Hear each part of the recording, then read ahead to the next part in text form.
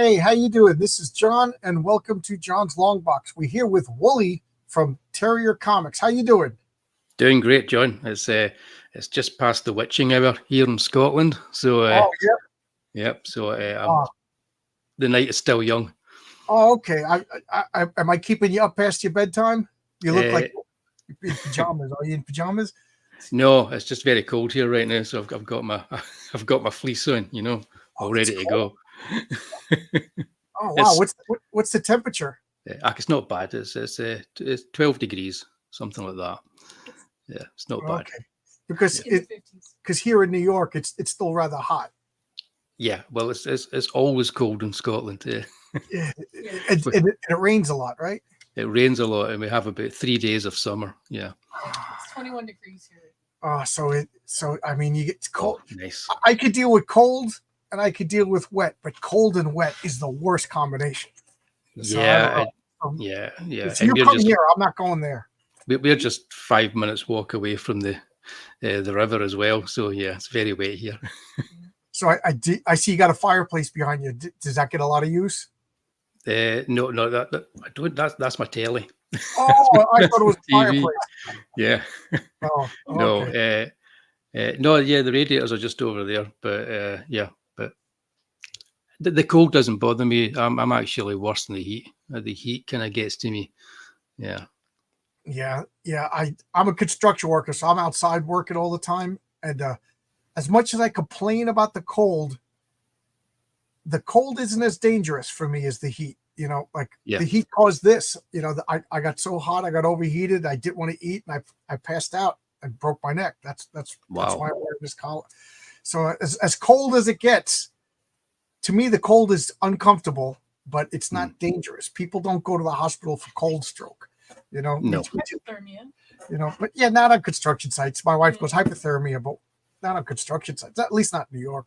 But anyway, this has nothing to do with anything. How you doing, Michael Cricky? How's everything?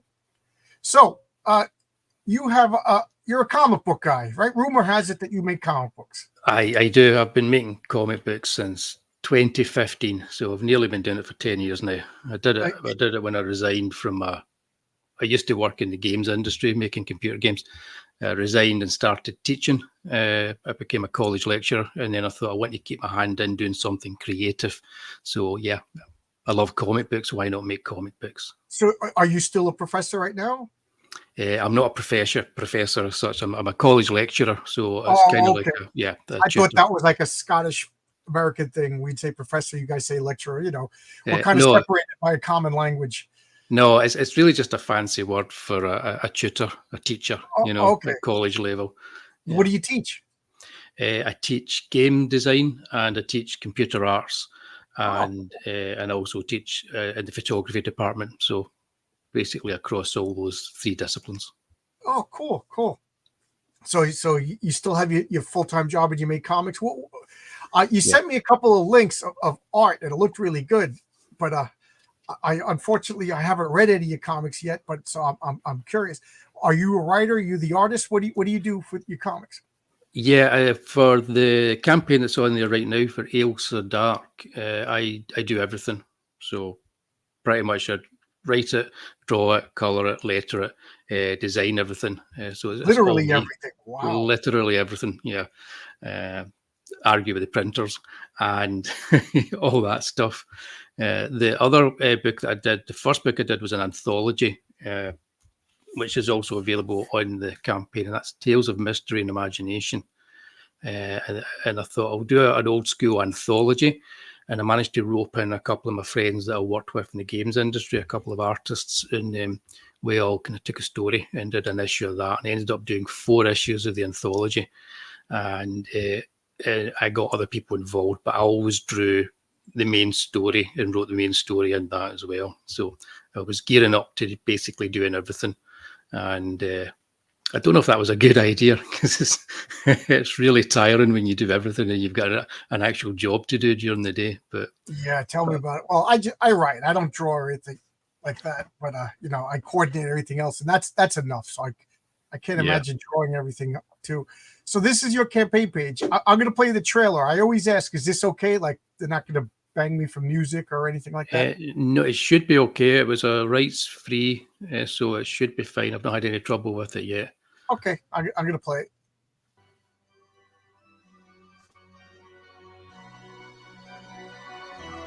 The ghosts are moving tonight, restless, hungry.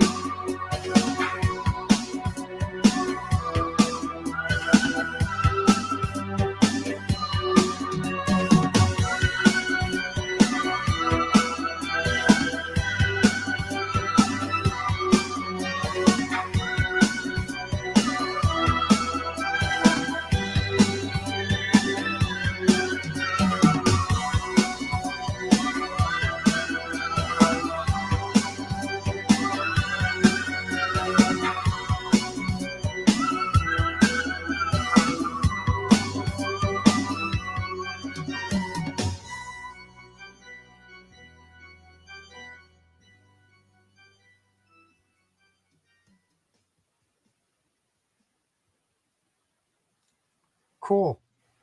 I gotta ask. It says werewolves and bam pots. What's a bam pot? A bam pot it's a word in Scotland, especially using Glasgow, which is where I'm originally from, and it just means a stupid person. So you probably worked with a few bam pots on building sites before. Yeah, It's the kind of people. Yeah, the kind of people that do. If you dare them to do something, they'll do it. You know. So I just wanted to use a particularly Scottish word that kind of harken back to like my childhood. You know, you call somebody you're a bam pot, or we would just say you're a bam. It just means you're a daft person. Okay. Yeah, but the bam pots in this particular book are flesh-eating ghouls, and they're based on the Bash Street Kids, which was a comic strip and a kids comic over here. So and I kind of like I looked at the original comics, the Bash Street Kids, and you look at them and they're all very weirdly drawn characters, and I thought that would be terrifying if they were actually real. You know, they're funny on paper, but in the real world they would be terrifying. So it's a kind of a parody of these characters that I used to read. Kids, they were like they were in like a British comics like in the 70s, right? Yeah, 60s. They're still in comics now, the Bash Street Kids.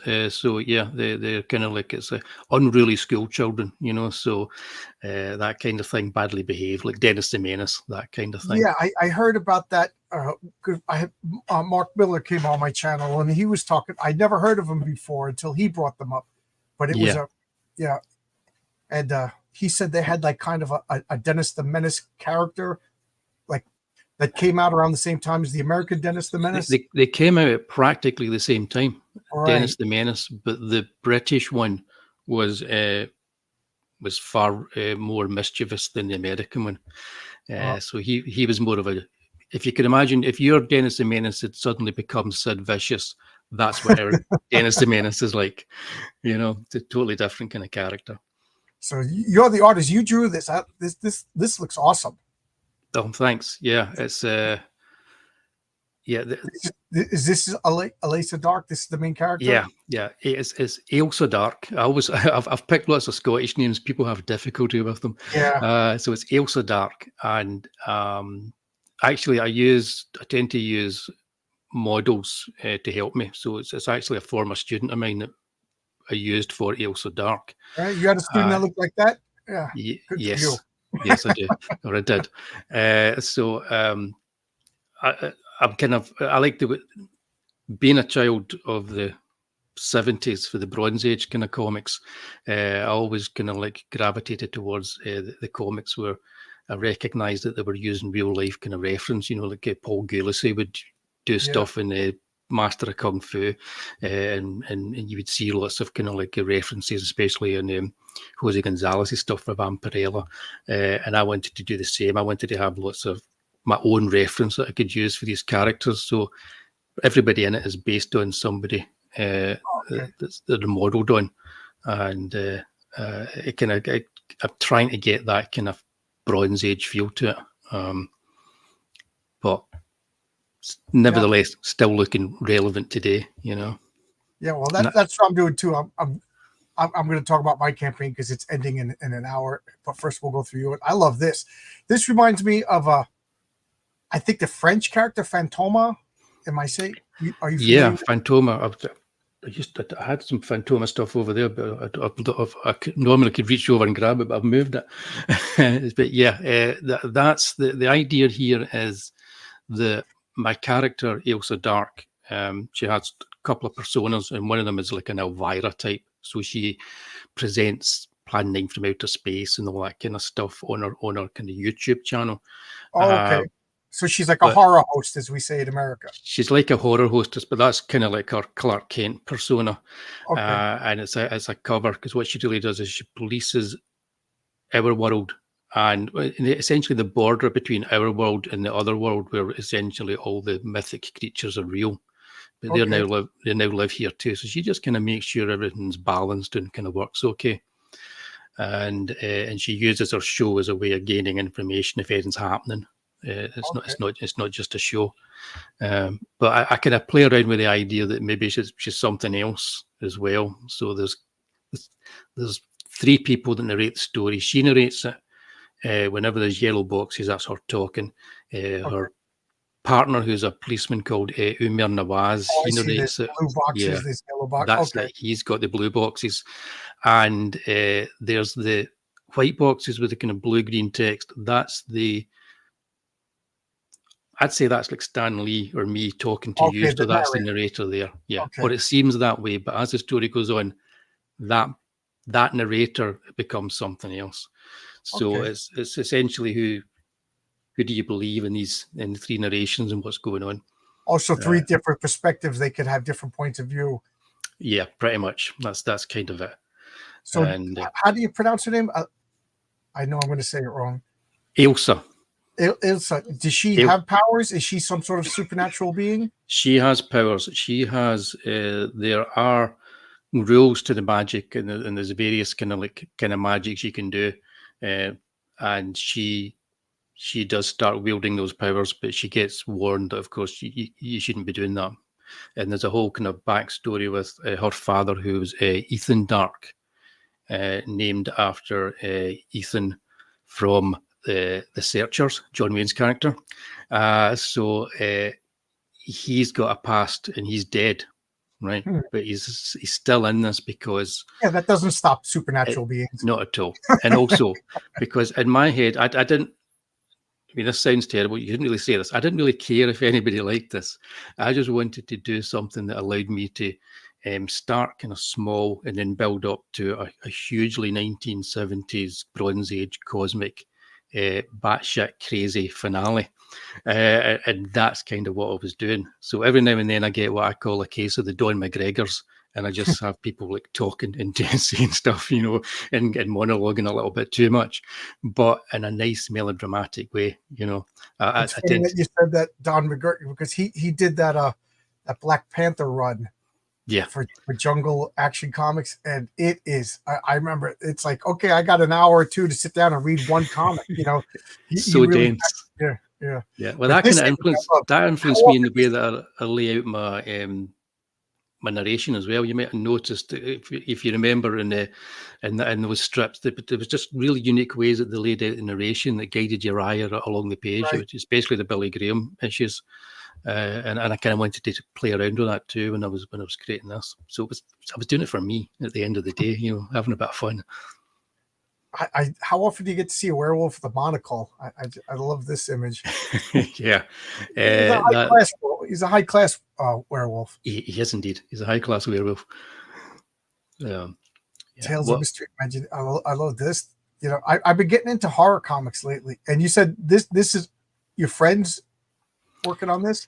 Yeah, the top 2 pages there are both my work. So the first issue was all adaptations of H.P. Lovecraft and Edgar Allan Poe. The reason being that I thought if I don't need to write the first story or draw, I just need to work as an editor and an artist and just get the feel for making a comic. I've read them for decades. Let's get a feel for it. Cool. So my friend Gary, he chose Dagon and did that, and he's got a kind of style that's very much of a kind of like a European Mobius type style. And my mate Kenny, he's a designer in animation, so he designs characters, and he's an illustrator. He did From Beyond, and I just wanted completely different styles like you would get in the old heavy metal magazine and even 2000 AD. And some people might not like one style. Freak, so this is awesome. Yeah, so it was all public domain, so we knew we'd have no trouble with it. Oh, there you go. Look at that, the Gill Man. Okay, so you're a horror guy and a Lovecraft guy. You can answer the age-old debate. Is the Gill Man, is he a deep one? No.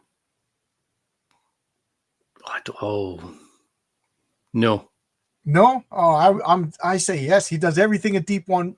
No. He captures the hot woman, That's exactly what the deep ones were trying to do. But I think there's a certain humanity that he has that they don't have. So that's what it is. Because I think there is a certain longing to not be what he is. But I took a long time. I paused quite long there, so I could be convinced otherwise. Yeah, you had to think about. Look at all. You drew Godzilla over here. Yeah, well, these are all different pieces. So the first piece up there is like you get larger versions on my website. The first piece up there is it's on the back of the book here as well. So it's basically Norman Rockwell's self-portrait, but my character, the Tatty Bogle Man, instead of Norman Rockwell. And so the Tatty Bogle in Scotland is a word for a scarecrow. How do you say it? Tatty Bogle. Tatty Bogle? So cool. That's it, exactly. So a tatty is a potato.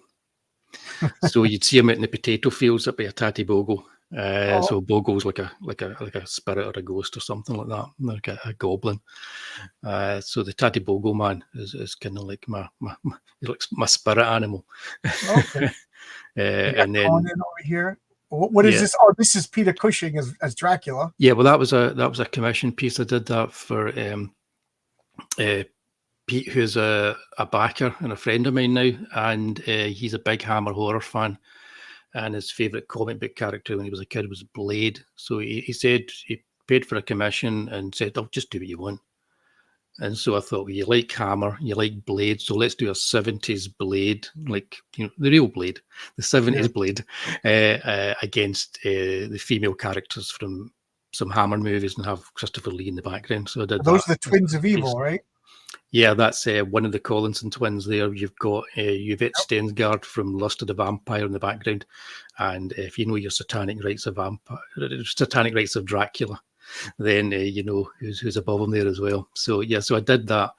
And the Conan one was one that I just drew to go on to Shay and Sai's show, Cyborg Valkyrie. They have a show where they'll do... people coming on and you'll do your auctions and you'll kind of sell your pieces. So I did that for that and sold that one there. And the Godzilla is another commission that I did. And there's the Tatty Bogle Man to the left was on my previous campaign. So I always have like a piece of artwork on my campaigns. I was going to do more artwork for this, but I'd completely not understood that you can only make one pledge on Kickstarter.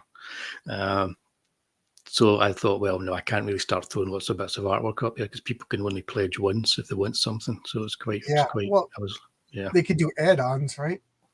Yeah, but I thought after it, I wanted to keep it simple because I've done all that on Indiegogo and it's just so many things you have to then organize when you're doing your shipping. So I just kept it simple. So let's look at your tiers over here. So we all have the pledge without reward. Yeah, well, they always put the the lower price one at the top. So I'd like to Ailsa Dark to be at the top, but it's Tales of Mystery, which I've got here. This is already printed. I've got these copies here. And that was my previous campaign. It ran on Indiegogo and on Kickstarter. I did like a limited edition hardcover in Indiegogo because most people have already backed Tales of Dark as individual issues on Indiegogo. And so I thought I'll just start the first time on Kickstarter and see what happens. I didn't have much time to do any promotion, and Kickstarter tends to just get something fulfilled, you know, without you actually having to do much promotion. So that's why I chose it. But you can get Tales of Mystery, or you can get Ailsa Dark Werewolves and Bampots, which is a collection of the 3 issues. First 2 issues were 36 pages, and the last one was 108 pages. 180 pages for a 33 American. That's awesome. Yeah, so that's what you get for Ailsa Dark, and there's a bundle where you can get both books as well. The postage is always a killer for everybody, but I tend to always take a little bit of a bite and knock a few pounds off the postage, so it's not quite as expensive. Yeah. But it is there. And I've got 2 commissions have been snatched up, and I've got 3 more commissions left if anybody does want a commission. They're available as well. Pretty simple campaign, only 3 or 4. That, you know, totally simple. Yeah. The whole point of this campaign is really just to get some stock. So if people really want it, please come for it. But I'm looking to go to a horror convention in October, and I want a nice pile of books on my table to sell to people once I get there, you know. So this is going to fund that print, but it's already funded through this. And we'll see where I go with it from then on. So I'm kind of like trying to get together just a small library of books over the next few years of things that I do. Ailsa Dark, Werewolves and Bampots is the first story in a trilogy of stories that I have planned out. So it's working backwards. You'll get this story, and you'll probably not be that sure whether she's the main character or not, or what you meant to think about her. But by the end, you should be like, oh yeah, right, okay, I want to know more about Ailsa Dark. And then I'm going to take you back to a story set in the 1950s with Ailsa Dark. You're going to wonder, how can she be the same age in the 1950s and she is now? I don't know. I'm not going to tell you that, because the third story is the origin of Ailsa Dark, and that's where I let people know exactly who she is. I'm teasing certain things, and I might just be trolling. So there's certain things in there. It might just be trolling. So Quantum Age, hey, it's Wullie. Hey, Quantum Age. Hi. So Ricky is saving up so he can back, but he'll share it. Excellent. That's great. DCC, hey John and hey Wullie, how you doing? DC? How does he go? How do you do it for such a low goal? There you go. How are you able to do this for? I mean, 180 pages for 33 American dollars is I think very expensive. I've worked out how many copies I need to get printed in order to. Well, for one thing, I've already got the print run of Tales of Mystery of my previous campaign, so I don't need to pay for that. These issues are here if anybody wants a copy of that, and they'll be ready to go once the campaign's finished. So I just need to get Ailsa Dark printed, and you can. If I'm looking to make a small profit on the books and not a huge profit, I can keep everything quite low, and that's it. And I'm really just looking to make. I'm not looking to make a huge profit. Well, I think I could answer, because you're doing everything yourself. You're not paying an artist. You're not paying a colorist. Yeah. You're doing everything yourself. So yeah, all I did was type out a script and send it to other people. So I got to pay everybody. Yeah. But you have your day job too. So yes, but at the end of the day, this is me looking towards just building up a little something so people are aware of me, aware of my work, and if I can just keep that going, that's fine. So with only 12, I had more backers. You're probably right. I had 2 backers just drop out. That happens sometimes, people it's getting you the end of the month and they're thinking, and I totally understand that. I've done it myself. So that's always a wee bit kind of disheartening. But at the same time, I only needed to make. I didn't even need to make the target of £666. If I'd made about 400, I'd have been good enough. That'd have been all I would need for the print run that I was going to do. So yeah, essentially, I don't pay myself. That's that. 666 is a pretty appropriate number for a horror title. Yeah, that was I did that in the last campaign, and it was also, I think, because my mate's Lucifer, Lucifer Storm, I think he did that in his 666, and so did Nick for his London Gothic horror, did 666. So I felt as if I can't let the side down. I've got to do the same thing for mine.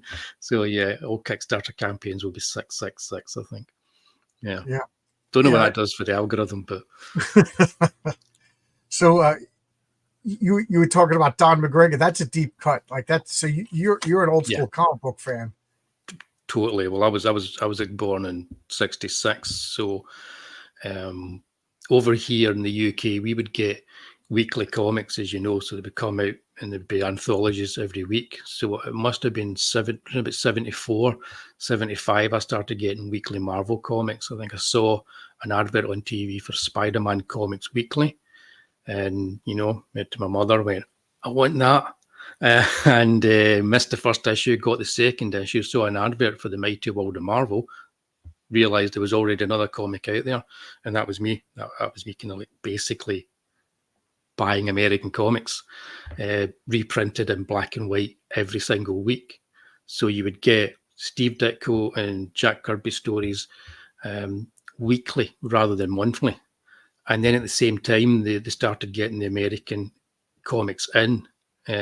So I'd be looking at 1970s Jack Kirby in colour and then 1960s Jack Kirby in black and white, and trying to compute, because I was into the names of the artists, and I really wanted to kind of know about the artists.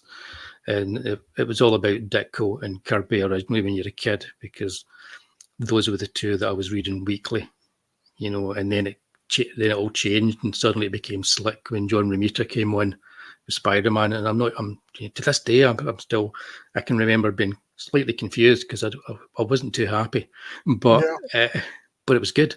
It was still good. So that was it. It was just every week it would come at you, and you'd build up your knowledge of Marvel by reading the 60s stuff and the 70s stuff at the same time. It was almost like you were working from two ends together, and at some point they all kind of came together around about in the 80s, and you didn't need the British reprints anymore. You were just reading the American comics. You'd found your comic shop, and you'd realize this is where I can get all this stuff. So yeah. Those weekly comics, were they just sections of a comic? Like, did they take like a 30-page comic and only do 10 pages so that they could come out weekly, or did you have a whole comic? At the start, you would get like an entire Spider-Man story, and then you would get maybe like a Thor backup. So because they were taking the backups from something like Tales of Mystery or Tales to Astonish or something like that, they wouldn't be complete full-length stories anyway.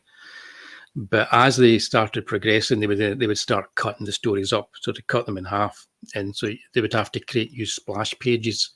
And so you'd have people like Pablo Marcus doing splash pages for them, to kind of like fill that in, and then they would have to create new covers as well. So likewise, you'd have, again, Pablo Marcus is the one you always recognise when you saw it. Yeah. Especially when they started doing the weekly Planet of the Apes, which is like possibly the greatest comic ever created. No, actually, that'll be Dracula Lives, which reprinted Tomb of Dracula, Dr. Musk, and those two comics were my Star Wars. Planet of the Apes weekly in black and white, and then Dracula weekly in black and white. They were, to me, that was my Star Wars. That was like, wow. So you are firmly in the monster camp. I don't know if you're familiar with my buddy Brian Bowie. Does a comic called Wolf and Betsy. Yeah, I've seen that. Yeah. I've seen him online. Yeah. Yeah. He first off, he's a great guy. Second off, I love his comic. But when we were kids, well, I didn't know him when we were kids, but when I was a kid, it was all superheroes. I wanted superheroes. But when he was a kid, I'm dressed up like Spider-Man or the Hulk for Halloween. He was dressed up as like werewolves and so that was you too. You were into monsters as a kid. Yeah, I love the superheroes too. But even with the I'll say Superman's my favorite superhero. Me too. Probably, but he's not my favorite character. If I was to pick a character amongst the superheroes, it would be Ben Grimm. So that's my second favorite because he's a monster and a superhero, right? Yeah. So I gravitate towards the monster, and again, I gravitate. That's why I see the humanity in the creature. I gravitate to the ones. So I would say my favorite Universal I'm so horror glad movie. you said that because Ben Grimm, just he was dealt this poor hand of cards. Everybody else on the team got cool powers. Yeah. Everybody else on the team is cool, and then he's basically a golem, just a rock creature. Yeah. But he's still like the kindest, the nicest of everybody on the team. He's like the biggest sweetheart. He's the he's the emotional support of the Fantastic Four, if you ask me. Totally, and it was just when I was reading it as a kid as well. He kept his humanity, even though he lost it. Yeah, totally. It's like the thing about the Fantastic Four that I loved was I got like the Treasury edition as well, and that was like that had like some good reprints in it too. But I loved stories like The Impossible Man, which you find out later on the fans hated at the time, and I'm like, I didn't hate it. I was a kid. I loved that. I loved the weirdness and the oddness of it, just as much as when you got further on, you were reading the Galactus stuff and the Surfer came in, and that's what I loved about the Fantastic Four: the fact that you could see two distinct eras in the Kirby and Lee work, and they were both good, The only thing that let down the first era was the number of different inkers that Kirby had. If only he'd had Joe Sinnott from day one, but that wasn't to be. Yeah. A lot of people don't like those Vince Colletta inks. Yeah, I don't mind Vince Colletta on Thor. I'm quite. I don't like the fact that he started erasing things in the background, but yes. But you can't take away from the fact he was actually a good, delicate inker, and it worked on Thor. But yeah. Yeah, I didn't know that because I was like, why does everybody hate Vince Colletta? He's not that bad. And then as I read up on it, I didn't know he erased backgrounds and changed things. Yeah. I guess to meet deadlines or he meet deadlines, yeah. And Jack Kirby never said anything bad about that either, because I think it's like in the Mark Evanier book, he mentions that Kirby would never say something bad about a guy because he had to put food on the table, So it's like we look back on it, and you've got to put yourself in the shoes of somebody who's doing this as a job, and with no idea that in the future it's going to be this huge industry with multi-million-dollar movies and all that kind of stuff. The big example of that is Siegel and Schuster, the guys who made Superman. Mm-hmm. They, the rumor that I heard, I don't know if it's true, but they were at a party one day, and guy was like, "You made Superman? You must be rich." He's like, "My kid's got Superman pajamas. My other kid's got a Superman lunchbox," and they were like, "What?" Like they were so either naive or so into working or whatever that they didn't realize that all the merchandising. Like you should get a taste of the merchandising.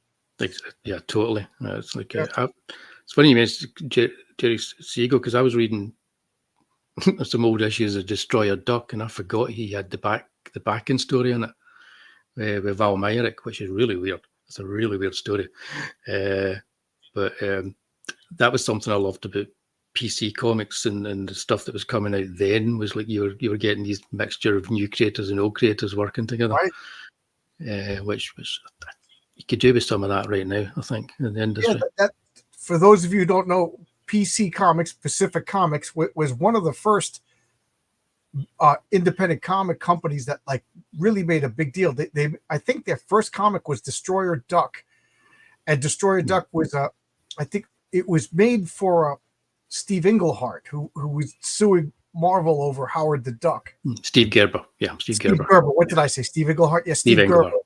Yeah, and Jack Kirby drew it, and I think like they didn't think it was going to be a big deal, but the pre-orders were like 300,000, which was huge considering it was a tiny little company. And so I remember PC Comics. That was a good company. That they gave us Gru the that was the first appearance of Gru the Wanderer. That was it in that issue. Yeah, they gave us that. They gave us Gru. They burnt brightly. And very quickly. Like a comic, one of my favorite things was the Elric of Melnibone with Roy Thomas and P. Craig Russell, and that's how I found out about Michael T. Gilbert, which I guess this is a good time to bring up my campaign since I'm talking about Michael T. Gilbert. I don't know if you've seen this, but I'll go right down to it. Michael T. Gilbert did a variant cover for my comic.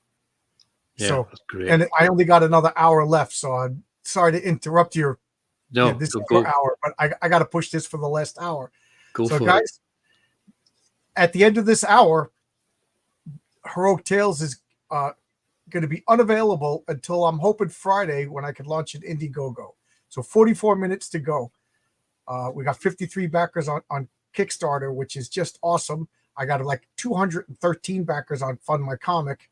And then Friday, I have another cover by Mike Gustovich on Indiegogo. So that's my little insert in your hour. So excellent. No, take as much time as you want. I'm only here to talk about Don McGregor, Steve Gerber, and Steve Englehart. PC Comics were great. Yeah, PC Comics. Man, they also had Twisted Tales, which was my introduction to horror comics. Those were the first horror comics I ever got because Bruce Jones was in charge of that, and he did some pretty extreme strips in Twisted Tales. Bruce Jones. Yes, Bruce Jones wrote them. Bruce, that was my introduction to horror comics, was those Twisted Tales. And oh my God, did I like when I got those comics, I shared them with friends who were not into comics, and they were like, I can't believe comic books are like this, So they also published The Rocketeer. So yes, they published The Rocketeer in a hardcover. That was so it was coming out. I think originally it was in Pacific Comics Presents or whatever, and you also had was it The Missing Man that was the Steve Ditko story? It was something like that. I can't quite remember the name now. What? There was a Steve Ditko story in it as well. There was like two stories into one issue. Oh, but now I got to look it up. It sounds like I'm missing a PC comic. Is it The Missing Man? Or was that? Or was it Eclipse that did that? It may have been Eclipse. Eclipse seemed. It seemed as like you said, as Marcus is right. Star Slayer. I got it right on my screen. Star Slayer. The Missing Man. Dr. Mask is saying. That sounds like it might be, yes, because he was kind of like in parts and disappearing, something like that. Yeah. I haven't read that since then, actually. So it's quite a while. Fell apart, like you said. I would say they probably only lasted like 2 years. It doesn't even feel as if it's that many comics. But I know Captain Victory went long enough to be going into like double figures. Yeah.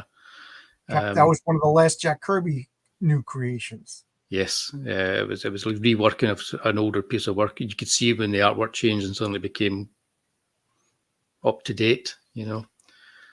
That's good. You got a good memory for this stuff. Right. And I remember PC kind of like I don't know the ins and outs, but they kind of collapsed, and it seems like they turned into EC, or at least EC kind of picked up all their property. EC was Eclipse Comics, a totally different company. And they picked up a lot of the PC stuff. They picked up the Elric, they picked up Gru, they picked up a couple of issues of Twisted Tales, and then Twisted Tales kind of fell apart. But EC lasted a little longer. They had a good run. Yeah, they had, because they had all roads lead back to Don McGregor. They had Saber as well. Saber, yes. Yes. Which is an interesting comic. If anybody wants to wants to have a look at a comic that just makes you scratch your head at times, then Saber's one to have a look at. It's really good. Yeah, they didn't fall apart as quick as Atlas Comics. Let's go. Yeah. I mean, I heard rumors that Atlas Comics was basically sabotaged, but nobody could confirm that. Ooh. See, but when I was a kid, we would get, so say I'd be buying the American versions. Every week I knew I would get a British reprint. But if I was buying the American version, so I might get like the first part of a Justice League story. It's like, okay, it's a Justice League and the Justice Society. This is going to be great. Continued next month. Doesn't turn up in UK. I don't get it. then I get the next part, right? So I would buy maybe like 2 or 3 issues, and then suddenly just one wouldn't turn up, and you would have a hole, and you get the next one. So that would kind of happen all the time. It's a problem that we had over here with them before we had actual comic shops that we could go to. That kind of thing would happen all the time, and it was a wee bit of a nuisance.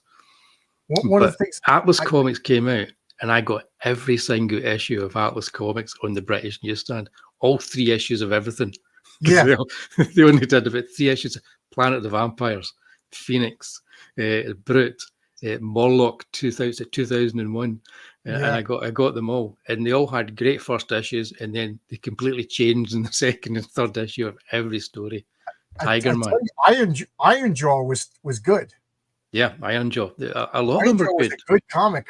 That was, Morlock 2001 was a weird comic that the 3rd issue was completely different. Yeah, that was probably one of my favorites of them, because I was gravitated to that and Tarantula, which was really weird. And I would just pour over that and kind of draw bits from it, with felt tip pens and all that kind of stuff. But yeah, for some strange reason, I don't have them anymore because I got rid of them. But for some strange reason, I managed to get just about everything. Yeah, The Destroyer by Ditko too. Yeah, it was great. And Morlock 2000, if I remember correctly, that was drawn by Ditko and inked by Bernie Wrightson. Yeah, that's right. I think so. Yeah. And then I think 2 issues of that. Then the 3rd issue completely changed everything about it. I think the checks didn't cash or something like that. They were like, we're out of here. Everybody started wearing spandex. It's like everybody becomes a superhero or something. It was very weird. But because Morlock 2000 was like seemed to be ripping off Fahrenheit 451 too. Right. I'm sure they didn't have the rights to do that, but they were doing it. Yeah, you're right. It was a Fahrenheit 451. Planet of the Vampires was an odd comic.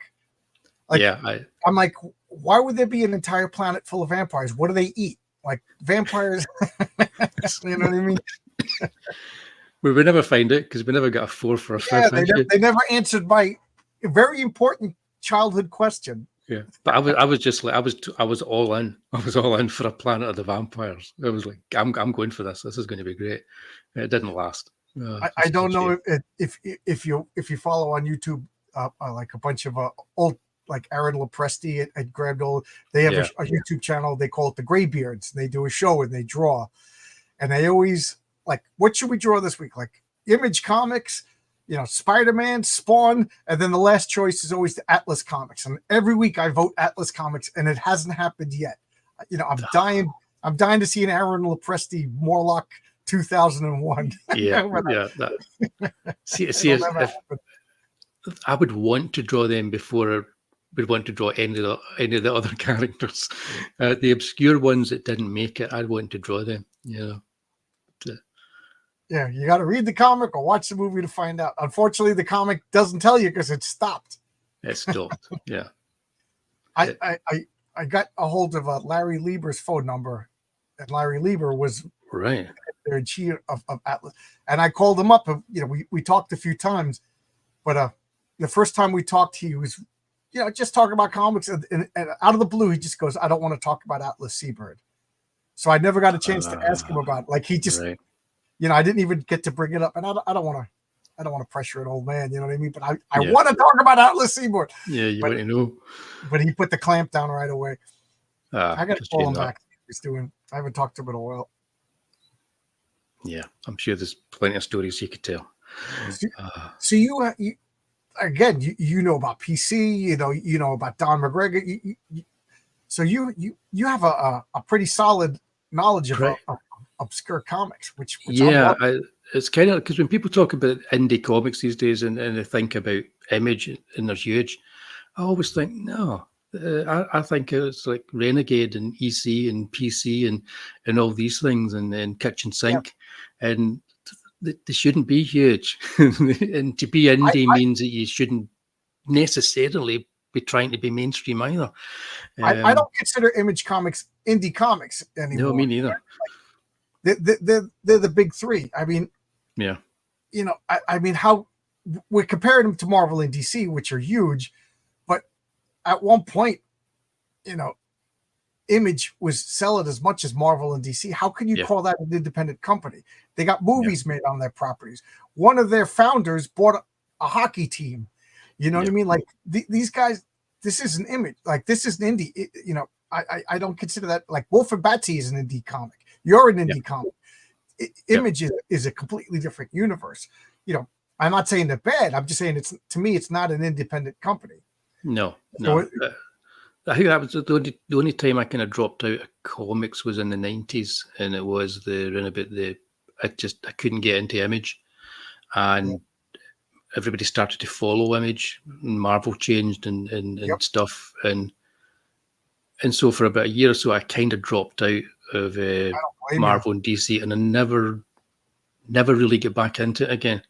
So I've maybe read some Batman stories and Superman stuff since then, and I'll dip into it. But I kind of I was like, you know, I'm sort of happy with the decades of comics that I've got to look back on, and I just never really, all the pouches and everything like that kind of passed me by. So I think it was a time when X-Force changed and Louise Simonson was no longer writing it because she had no idea what Rob Liefeld was drawing. I don't think. At least I think that's what was happening. And I was the same because I had no idea what these comics were saying. So I just kind of stopped. I was still buying and reading some Vertical stuff and things like that. But so. Yeah, I'm with you. I lasted until 2015 before I stopped buying Marvel and DC. But I do. It's funny that you said that because I've been recataloging my comics. You know, I have a scanner and I scan the barcodes and I have software for it and everything. And I'll pick up things that I'm missing from, like, oh, okay, so I got this comic called Bloodlines, and it came out in 1993 by DC. Right. And it is terrible. Like, I think 1993 was the worst year for DC and Marvel. If you look, everything was trying to copy Image, and Image wasn't that good. This is when Superman had the mullet, you know, and you know, and Guy Gardner was this weird looking tough guy with leather boots, you know, and it was just so bad. You know, Nightwing had this long ponytail. You know, I always joke that these old mullet and ponytail characters are what, like, nerdy characters imagine cool guys to look like. But cool guys didn't look like that, you know. No, cool guys never look like that. No, it was terrible. But the thing is, I've always got to be aware that people got into those comics at that time and were kids, and there was something about them, because there's something about these characters that's universal, and that was most likely still there behind all the hairspray and the leather jackets. It was probably still there, so it did resonate with kids that were getting into comics. So I'm never entirely dismissive of that stuff unless I've had a few drinks. Then I will be entirely dismissive. It's funny. Somebody just yesterday. I'm not drinking anything strong tonight. Do I ever throw away or get rid of comics that I hate? And my answer is I've never willingly gotten rid of any comics. They go into this comic book room like a black hole, and they get bagged and boarded, alphabetized, and put in. You know, it's like the Roach Motel, if you get that reference in Glasgow. Yes, comics go in, but they don't come out. Yeah. Greetings from Raleigh, North Carolina, all the way to Glasgow. Mullet Superman, business in the front, party in the back. Yeah. Did that hairstyle make it to Scotland? I never so much. Well, actually, if I don't get a haircut soon, I will have a mullet. No, I was. I had really long hair. It was down to my waist. Really? Metalhead hair. But I was either one extreme or the other. I would grow it really, really long, and then I would just cut it all off. That kind of thing. So you're a metalhead. What kind of band? What bands do you listen to? Well, I wasn't, and I wasn't. I was, but like when I was at school. So if you're talking about Iron Maiden, AC/DC, Kiss, I was a huge Kiss fan. I think they kind of I don't know if I saw them in Howard the Duck first and went, what is that? Or it was in a record store, because my brother would take me when he went to record stores, and it was just a wee nipper, and I would go in, and I remember seeing them and this is a comic book kind of influence. We see an image like that. It was the image when the photographs that were taken when they had the skyscrapers in New York behind them, sort of thing. And I went, they look like they should be in a comic book, right? And when I've got a few pennies in my own, I'm going to find out what they sound like. So yeah, I've been like a huge Kiss fan since that day. And of course, AC/DC, Iron Maiden, Motorhead, all the classics. Saxon are really a band that probably had one okay. You look like a distinguished college professor, and now I'm finding out that you're Kiss fan and Motorhead. Yeah, see, that's why I blame that and my tinnitus. You know, it's like too far down the front at a Kiss concert. But equally, I'll be listening to Willie Nelson, Johnny Cash, Chris Christopherson, because if you're Scottish of a certain age, then country and western, you probably were brought up listening to country and western. Your parents. Oh, really? Country western is big in. It was back in the 50s and 60s and 70s. Yeah, we have our own Grand Ole Opry in Glasgow. Oh, I didn't know that. Yeah, it's a nightclub sort of set up. People go there. They'll line dance. So they'll have like shooting competitions, and they even they'll play the kind of like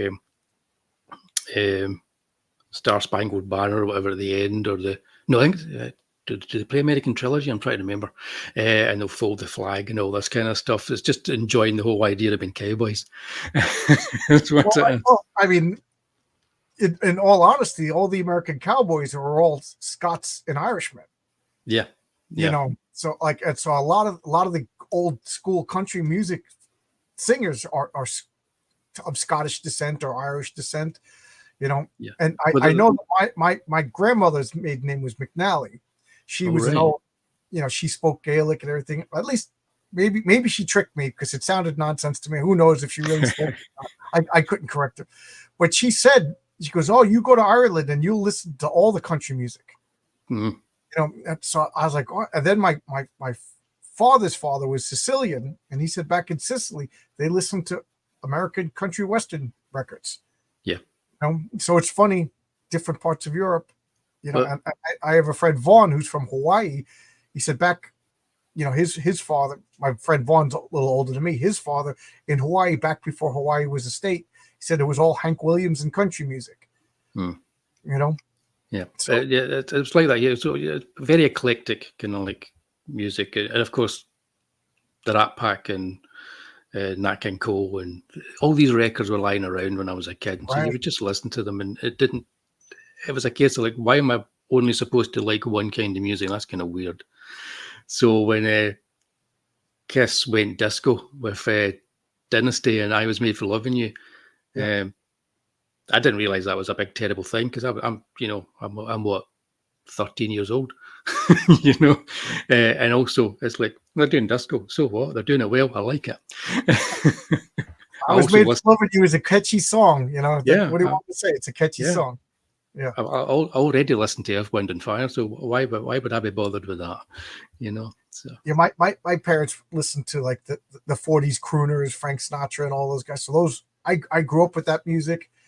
My older brothers was Led Zeppelin and the Beatles. So I grew up with that. And then my music was punk. The Sex Pistols and Ramones and bands like that, The Clash. That was my music. And later on that I got into metal. Like I didn't listen to Black Sabbath until probably the 90s. Yeah.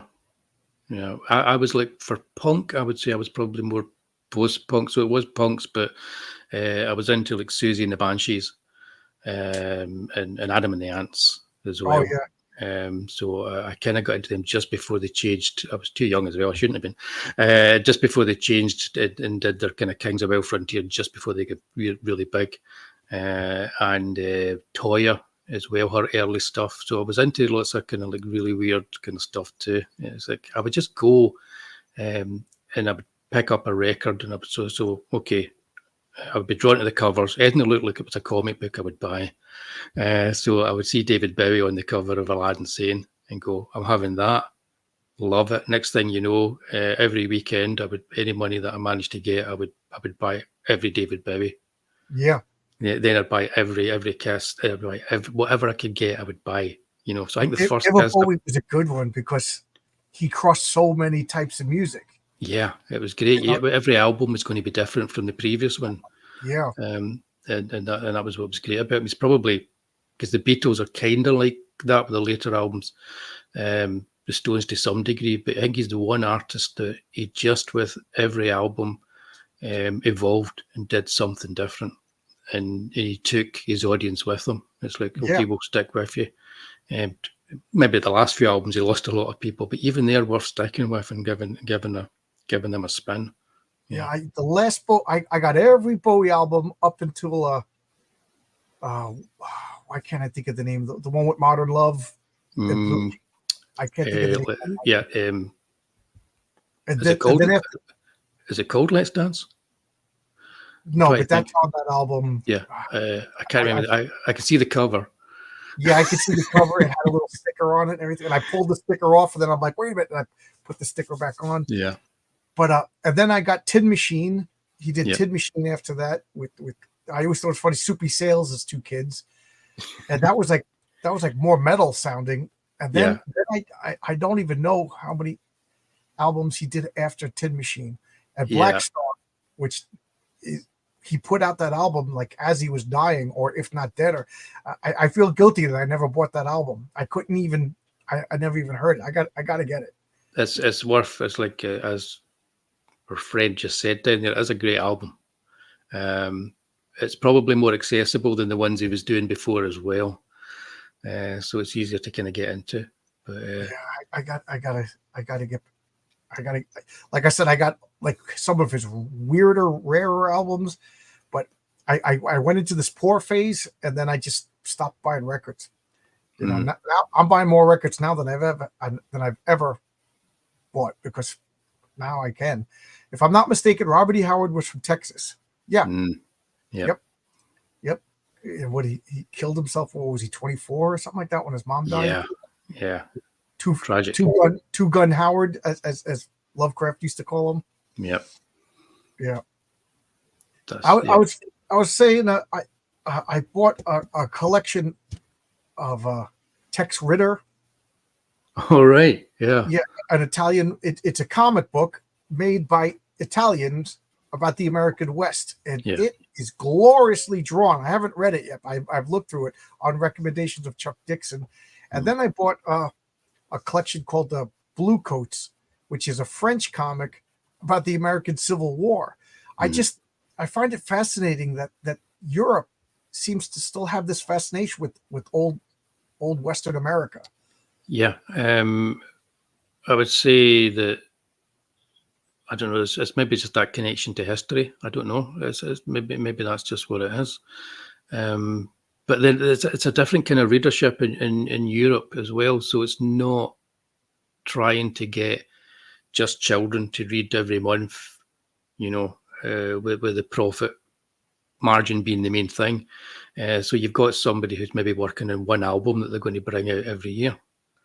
And it's a really nice quality piece that you're going to get. So I don't know if because when I was growing up, there was only 2 comics that you were allowed to read that would be in any way seen as being respectable. One was Tintin. Oh, okay. Yep, and the other one was Asterix, the Gaul. Yeah, right? Both European, because they were so clever in the way that they were written, that they were kind of like accepted as being okay. We'll put these into libraries. I just got this Tin collection. Wow, cool. Because I'm like, how could I have a YouTube channel about comics and not read Tintin? But I just want to show you this. It's still in the shrink wrap. And you see that there's a space missing? Yep. Guess what? They took out Tintin in the Congo. Oh. Because it's racist. I paid $100. Seriously? So they've actually... I'm not a 12-year-old kid. I know what I'm buying. They've actually taken it out. Because they took it out, and you could actually see there's a missing space in this slipcover. So now I got to go on eBay and buy Tintin in the Congo and slip it in here to have a full set. I'm looking to see. I've had a wee tidy up, so I don't know where half my stuff is, but I used to have it just sitting over there. I had a version of Tintin the Congo, which was the original version of it before it was tidied up for the final album, and it was all in black and white. But the only color version I've got of it is actually in French. But that's shocking. How annoying is that? Like, if I buy, because I bought these hardcover, really nice editions from Kitchen Sink of collected Will Eisner's The Spirit. You know, some people get a little annoyed at the way Ebony was drawn. Yeah. And I could see that, but it's part of history. And if I'm paying for a $35 hardcover edition, I don't want it edited. I don't want it censored. Like, I can understand if you're making a $7 newsstand edition for new fans, whatever. Like Captain Marvel, Shazam, he had a character whose name I can never remember, but he had like a little racially insensitive black buddy for a short period of time. And they made these $100 collected editions, and they actually like asked the audience, should we include this character? Should we digitally? And they said, no, keep them in. These are historical archival editions. You're not making $4 reprints for the newsstand. So, they left them in, much to their credit. Yeah. Tintin and the Land of the Soviets. Yeah. I've got, cool. Oh, really? So I got to look now then before. But I got to get my copy of Tintin in the Congo, and I really want it to match this set so it could slip in. But are they soft cover or hard cover that are in there? They're all soft cover. They're all soft cover. You should probably be able to find but that's annoying. To be honest, with Tintin in the Congo, I don't know if it's maybe also the animal rights aspect of it, because it's pretty brutal. I didn't read it yet, so I don't know. I for all I know, I could get it, read it, and be like, oh, that's why it's not in here. Okay, forget it. But I'm just assuming it's the way they drew with the, That's all in there as well, but also the animal rights bit is even more. You're kind of like, wow. Oh, really? It's funny. It's very comedic and so on, but it's also wow. Yeah, I can see maybe with the animal rights. Eisner. During the course of The Spirit, Eisner himself started to say like, oh, geez. Like, he started to see that he was a little displeased with his own creation, and he himself changed it. He made him into Blubber, the Eskimo kid. But at the same time, that wasn't much better though, was it? Really, when you think about it. And then they settled on Sammy, the dumb white kid. It was okay to have a dumb white kid, but you couldn't have a smart black kid, because Ebony was the smart one. Ebony would pull up in the taxi cab and save the Spirit. The Spirit would be all shot and beat up, and Ebony would take him to the hospital, or Ebony would pick up a clue. So it wasn't like he was like all we had to do was just change the way that he drew him. That's all he really had to do. It's odd that he would just get rid of him, but yeah. I remember there was an American made-for-TV Spirit movie, and they changed Ebony to Yubi, so he was Yubi Brown. All right, TV. Yeah. That was a Sam Jones one. Yeah. Before he was Flash Gordon. Yeah. Oh, you're right. Yes. Yeah. So you know your comic book history, man. You know your stuff. I've been reading some Jack Cole stuff. I've been reading some old Plastic Man recently as well. David, at lunchtime, I like to just read an old comic or something, and they're great. It's like I want a nice. Like, you've got the collection for The Spirit. I want a nice I want Fantagraphics or somebody to give me a nice kind of Plastic Man collection, because those stories are just terrific. So much fun. Yeah, I got a couple of Joe Cole Plastic Mans. They're a lot better, because I never liked the character of Plastic Man, but then I realized all I knew about him was from like more recent. Like, there was a Plastic cartoon in the early 80s, and it wasn't that good. And then in the late 80s and 90s, they made him like a goofy Jim Carrey kind of character. Didn't get it. But if you read the Joe Cole, he's almost like the sane straight man in a zany world. Like, everything else is crazy. Yeah. It's almost like Salvador Dali doing a comic book. It's got that kind of feel to it. After the first dozen or so issues, it just gets crazier. And it's a lot of fun. Yeah. So he's bringing up the 2008 Spirit movie. Never bring that movie up again. Oh my God. I was so excited to see that movie. I think I was the only person who paid money to see that movie in a movie theater.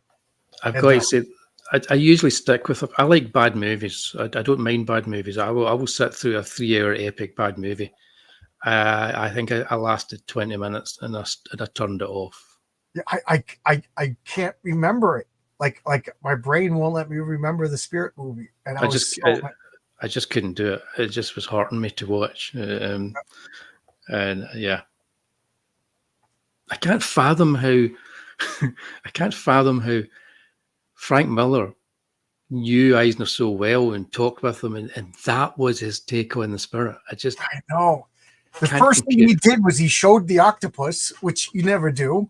Yeah. You know, the octopus was always just gloves. You never saw his face, you know? Yeah. Yeah, Joe Cole.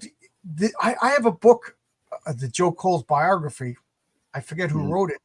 And the thing that always got me was when Joe Cole was like 17 years old and he wanted to draw comics. And I forget where he lived. Like he lived in like Iowa or something, Ohio rather. And his father let him ride his bike to New York to get a job. So he's a 17-year-old kid, and he just rode a bicycle. He slept. He had a sleeping bag.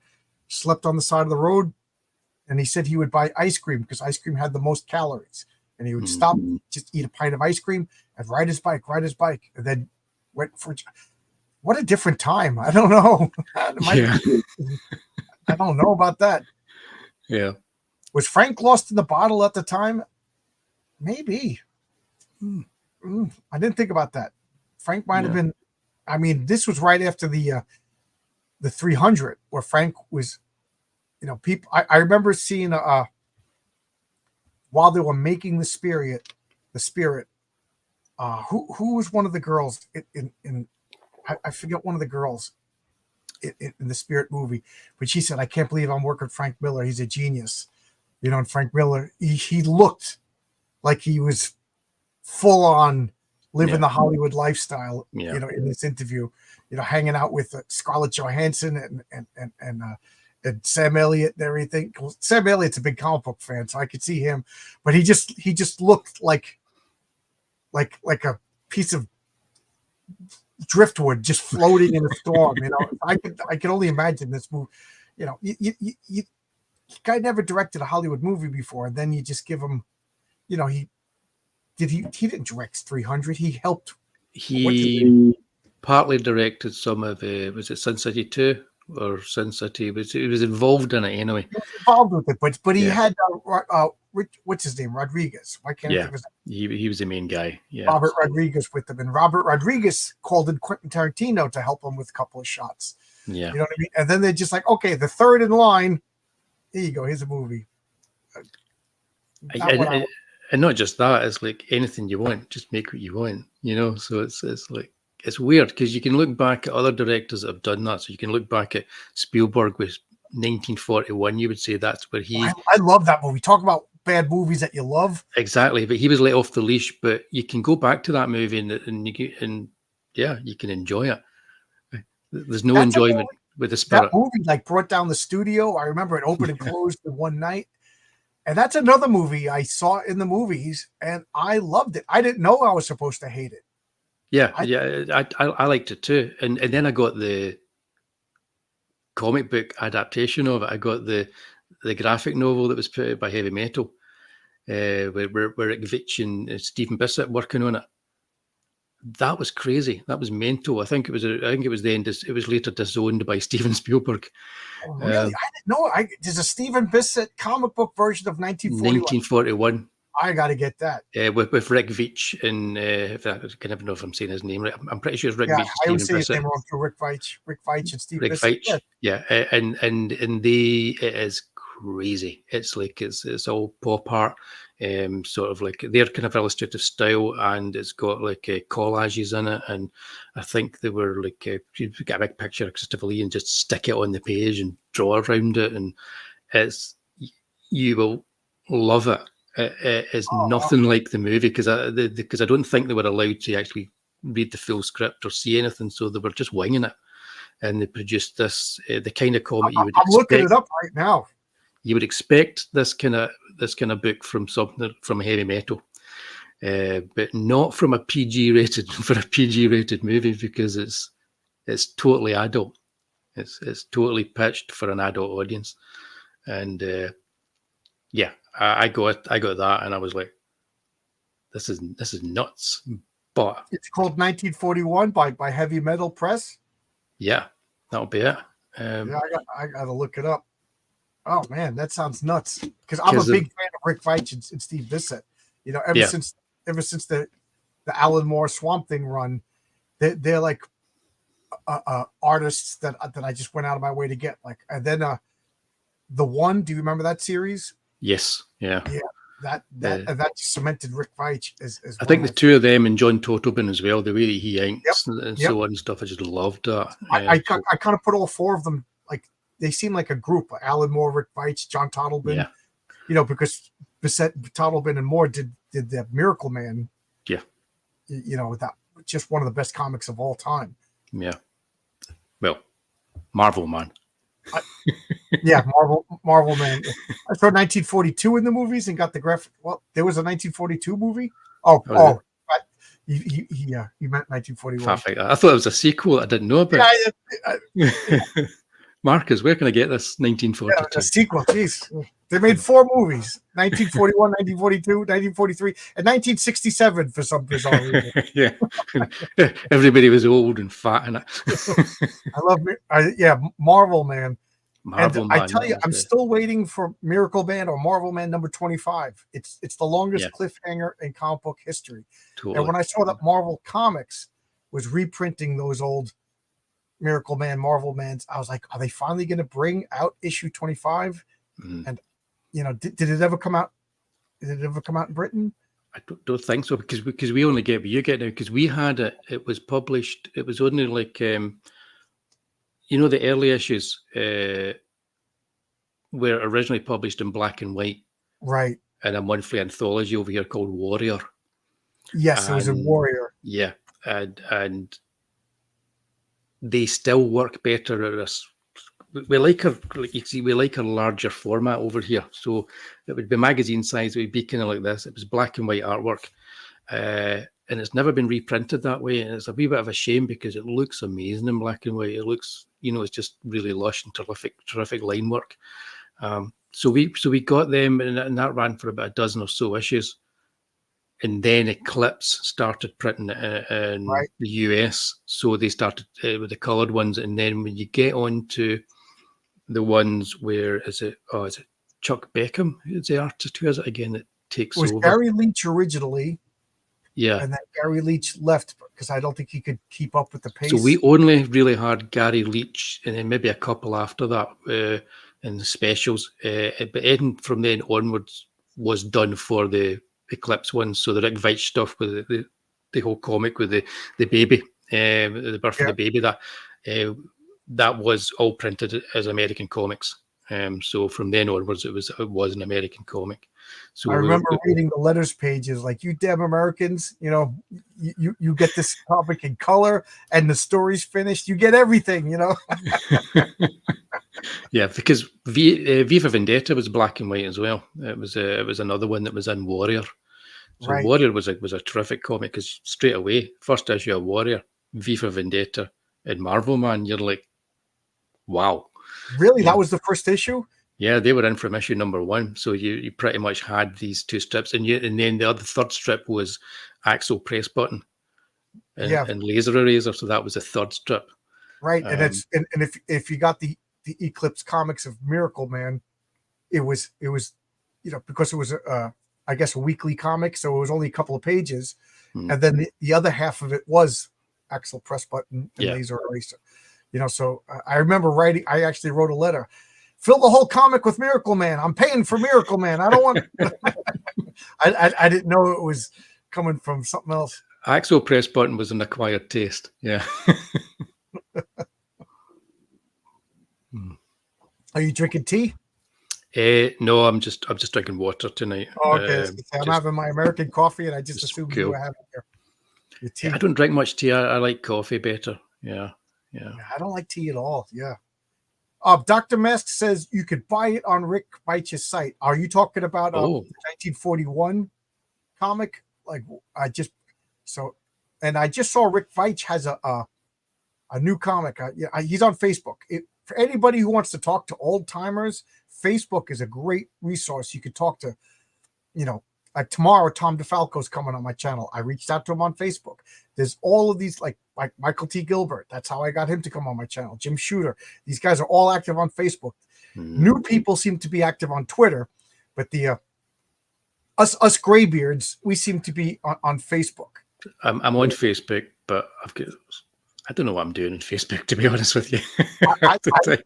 I use it to look at pictures of my niece is home from college. Yay! I just saw it's my sister's birthday, and and then to talk to like Ron Friends. I'm trying to get Ron Friends to come on my channel. That'd be great. Yeah. Oh, I enjoyed Axel and Press. I was just mad because I wanted more. You wanted Miracle Man because I was at that. By the time Miracle Man came out, I was unabashed, and I still am an Alan Moore fanboy. I know Alan Moore is a prickly pear. I know he likes to argue and disagree with people. I don't care. Like I'm a disgusting man. Like a beautiful woman could get away with nonsense. Alan Moore is a super talented guy. He could get away with nonsense. He could come out and say the most ridiculous things, and I'm like, yeah, but look at him. If Sydney Sweeney was next to me over here calling me a jerk, I'd be like, but look at her. She's so pretty. Yeah, I'm kind of like that as well. It doesn't bother me. But if I like the work, I like the work. I don't know if it's been asked, but does Ireland have any equivalent to Superman or Spider-Man or DC? Well, I don't know. I'm from Scotland. But, he's from Scotland, yeah. So but I'm guessing Ireland has Potato Man. Marvel or Miracle Man was originally Captain Marvel. There was black and white reprints of Captain Marvel in the UK, and then they ran out of the reprints because it printed everything. Right. So what they did was they started creating the artist Mike Angelo, and they started creating their own version of Captain Marvel as Marvel Man. So he kind of was one of the first superheroes, Marvel Man, but he was really Captain Marvel, just recreated for the British market. And he printed them and then stopped. Yeah. And when they came to, somebody bought the rights, and then they asked a bunch of writers if they wanted to bring back Marvel Man, and they all said, God, no. God, and Alan Moore said, yes, I want to do it. Mm-hmm. And he brought it back. And the story that I heard is they went all around the courts and all paperwork trying to find out who owned the rights to Marvel Man. And then somebody, just out of desperation, they were like, we can't figure out who owns the rights. Does this pub? So somebody tracked down Mick Anglo, I think that's his name. And he was just like, I never sold the rights. He owned the rights all the whole time. They just assumed he lost the rights. They just assumed he got screwed out of the rights. Yeah. And he never did. It's just he stopped publishing them because it just wasn't popular anymore. Yeah. So he's like, I own the rights. And there you go. I don't know why I thought that was a funny story. Yeah, it was pretty, because Des Skin was the editor of Warrior magazine. Because I've not done it for a while, but I did interview some people on my channel for a while, because I used to stream with Peter Gilmore and Charlie's London. I love Charlie's London. When we did our CG UK show kind of thing. My little part in that show was actually called Wullie's Long Box. So I'm so happy to be in another show now with the word long box on it. and there's another guy called Long Box Punk. Is that right? Yeah. What was I going to say there? Yes, we've got these kind of like comics in the UK where we have strange characters, but just to go back about there being an Irish superhero or a Scottish superhero, we'll change it to Scottish. We don't really have a big thing over here with superheroes. We'll have strange characters. So we'll have somebody like Adam Eterno, who like travels through time. He can't help himself. He's thrown into a new time and a new situation, and every few weeks you've got a different story. We've got characters that Desperate Dan, who's like a comedy character, in the same comic as the Bash Street Kids and Dennis the Menace. You know, so he's like a big cowboy, but he so obviously lives here and not in the West. But it's kind of like the West. It's this weird land that's just created in the comic that's recognizable for kind of like British children reading it, but the guy's a cowboy. And he eats pies, cow pies, which have got big horns coming out of them. So we just tend to go in for more surreal and weird stuff. And even when 2000 AD came along, you wouldn't find superheroes in it. And it kind of says a lot about the kind of the British kind of, if I can say, the British mindset, that when we did get superheroes, it was Pat Mills that was doing martial law. And the whole point of doing it was just so that he could pretty much do The Boys before The Boys was ever done. And take the piss out of the whole kind of superhero thing. So superheroes to us was an American thing. You know, it really kind of was. There were a couple of costume characters in the comics, but they were never the stars of the comics. We're big in war comics. They were like, it's no fun buying the rights from the original owner. Might set a bad precedent. Well, they didn't even think to look. They just assumed it shows you how bad the comic book industry is. They just assumed he was screwed out of the rights. Yeah. So nobody thought to look for. So they looked at the comic company. But I you know, people played fast and loose with stuff then as well, because it was one of those things where you could get away with a lot more back then. There was no internet. It's like, yeah. Oh, I just got a message. My Kickstarter just ended. I have to fill out, I have to fill out like the ending surveys for the creator. So I'll do that. That's my homework tonight. Send out all the updates and everything like that. Brilliant. I've never finished a Kickstarter before. So you fund my comic. It just ended. There was nothing ceremonious about it, but the Kickstarter, I just got an email directing me to something else. So that, I guess I'll be navigating that tonight. Congratulations on your campaign. That's Yeah. great. I do like the way Kickstarter works. It's like you don't like the way, or you? No, I do. I like the way that Kickstarter organizes things and works. They kind of like lead you through it. They do it quite nicely. Yeah. Yeah. Now is the work part, like making a comic book. So far, it's all been fun.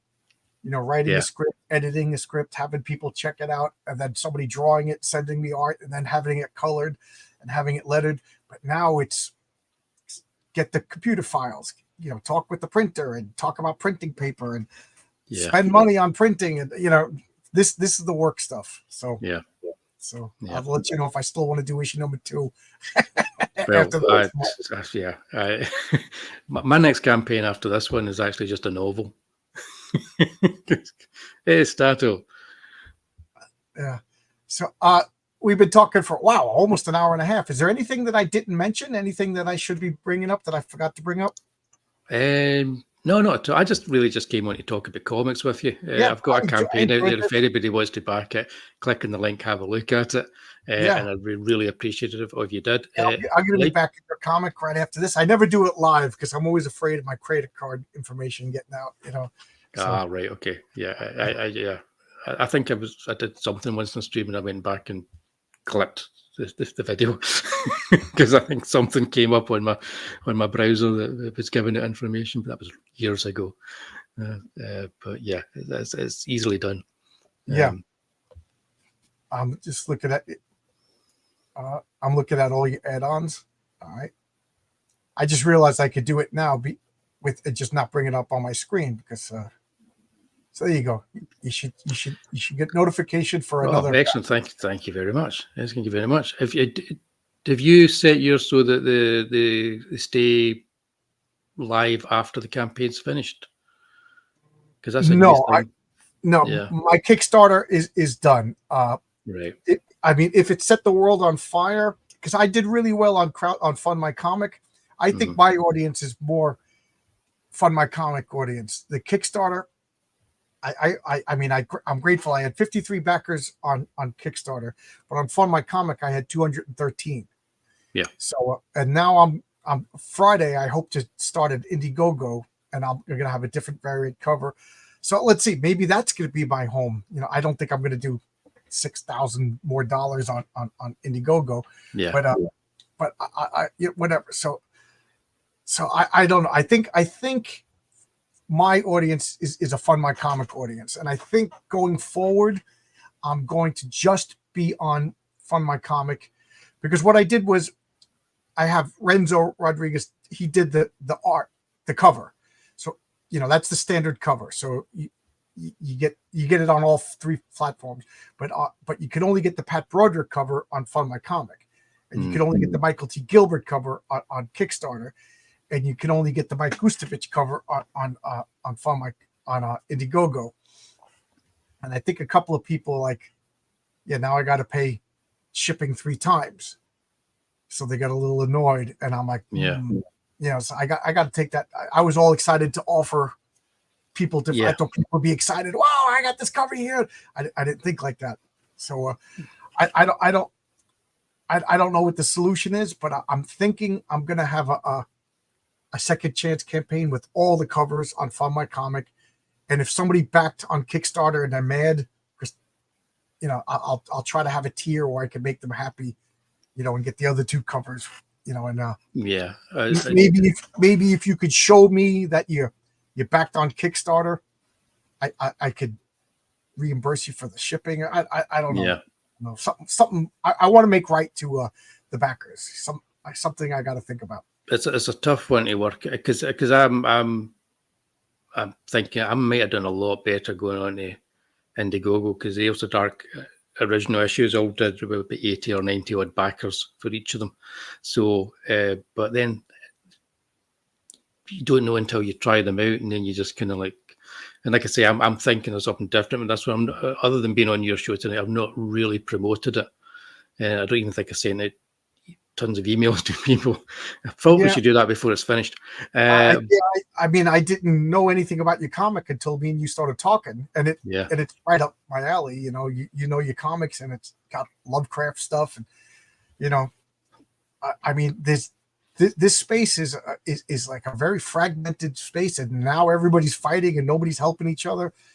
So it's like, it's weird, because I've got no idea what I try. Always stay out of the drama. I try to stay out of the drama. I got drawn into it, and like a fool, I walked into it knowing it was drama. I'm embarrassed by it, but because when I started out with this stuff, it was just people were just helping each other out, and so we did that with CG UK. We all kind of helped each other out. We had like Commie Mark and Peter Gilmore and Charlie's London. Commie Mark's been great. Peter Gilmore's been great. And Chubbs with Mary Boys. If you got Mary Boys, Chubbs comic. No, I don't know who that is. Right, okay. I'll tell him to message me.